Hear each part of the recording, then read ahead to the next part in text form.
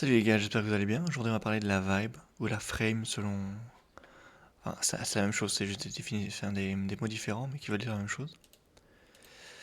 Bon, la vibe, c'est quand même un peu différent du mojo. Le mojo, en fait, c'est quand t'es vraiment dans une bonne vibe, du coup, en fait. C'est quand t'es dans un bon sentiment, quand t'as vraiment plein d'énergie et tout ça. C'est que la vibe, c'est plus ce que t'es en général. C'est pas juste que ce que t'es quand t'es vraiment à fond, quoi.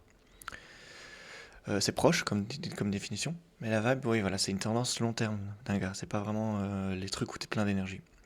C'est une manière d'être aussi, et c'est une manière de voir le monde. C'est comment tu vis comment tu vis le monde, comment tu vois le monde.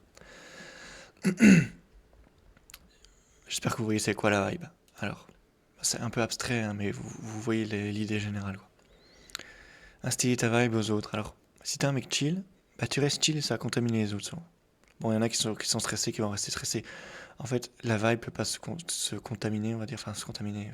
C'est pas un truc péjoratif, hein, mais j'ai pas d'autres mots. Se, S'influencer, ouais, on va dire contaminer, même si. La vibe peut se contaminer à beaucoup de gens, mais pas à tout le monde. Toi. Je veux dire, si une personne est vraiment un opposé parfait, c'est très difficile. Si t'es un mec drôle, fais des concours de blagues. Si t'as du charisme, faut aider les autres à développer leur charisme. Parce que on a tous à gagner à être un peu plus charismatique. Mais pas charismatique dans le sens corporate ou dans le sens,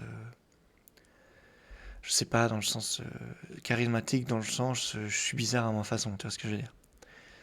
J'ai mis une petite photo pour ceux qui ont la ref, de How I Met, avec Ted, Barney, Robin, Lily et Marshall. Pff, ça va, je me rappelle leur nom. Tous en costume, parce que je pense que c'est la chanson où ils chantent qu'il est en costume. Enfin bref, c'est des rêves de millennial, je pense. On continue. Instiller ta vibe aux meufs, bon, c'est le plus important. Ça me permet de montrer qui tu es. Mais il faut aussi la laisser être comme elle est. Ou comme elles sont. Enfin, je veux dire, tu veux pas dater plusieurs meufs, mais en général, quoi. Et tu vois si ça match. En fait, il y en a plein qui te disent, ouais, tu dois contrôler le frame, tu dois lui montrer qui est le chef et tout. Contrôler le narratif, en fait, c'est ça. En fait, la plupart du temps, c'est pas souvent utile. Parce que si tu vas avec un date où la meuf contrôle le frame et que t'aimes pas ça, parce que elle peut contrôler et que ce soit intéressant, tu vois ce que je veux dire. Si elle contrôle le frame et que t'aimes pas ça, en fait, pour moi, ça sert à rien d'essayer de forcer les choses, de forcer le frame, forcer à ce que le date se passe bien, entre guillemets. Si ça se passe pas bien maintenant, c'est que, en fait, d'un point de vue caractère, vous êtes trop opposés, ou vous êtes peut-être trop similaires, ça dépend aussi. C'est souvent l'un ou l'autre. Et du coup, il y aura pas de. En fait, si vous êtes trop opposés, il n'y a pas de common ground, il n'y a pas de socle commun. Donc vous pouvez. Enfin, ça sert à rien de forcer en fait. Parce que, ok, tu pourras peut-être le coucher avec elle une fois, et encore, parfois ça marche pas. Mais c'est beaucoup d'énergie pour rien. En fait, séduire, c'est savoir où mettre son énergie. Si tu mets ton énergie dans les filles qui sont récalcitrantes, ben tu vas juste épuiser ton énergie beaucoup plus rapidement. Si par exemple vous êtes trop similaires, bah, t'as l'impression de dater toi-même, ce qui n'est pas. Tu peux t'aimer, ça y a aucun problème, mais ça fait quand même très bizarre. C'est très bizarre et du coup, tu n'apprends rien de l'autre parce que l'autre c'est toi en fait. C'est ça qui est. C'est pour ça que la séduction c'est toujours un mélange de différences et de trucs similaires. Ouais. Ça me fait penser à l'article, c'est parce que j'ai écrit, souvent j'écris un article et une vidéo le même jour. Du coup, je fais des liens entre les deux.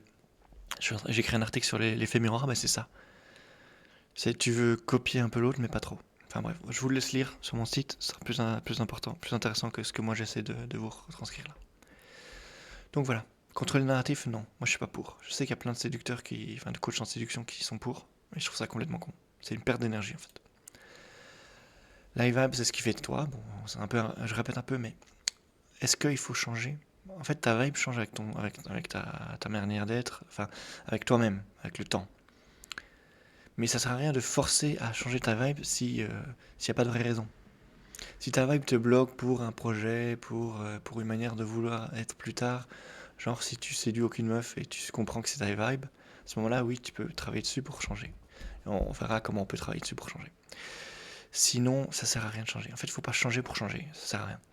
Si ta vibe, elle marche comme ça, que tu aimes bien être comme ça, que juste parce que les gens te disent, ouais, il faut que tu changes. Mais si toi, t'en vois pas l'utilité, franchement, tu t'en fous. Vaut mieux être bien avec soi qu'avec les autres, c'est ce que je veux dire. Donc voilà. dans tous les cas, les gars. Ayez du fun avec vous, avec les autres, dans la vie en général. Moi, je vous retrouve soit dans les articles, soit en vidéo. Et puis, c'est tout. Allez, ciao, ciao.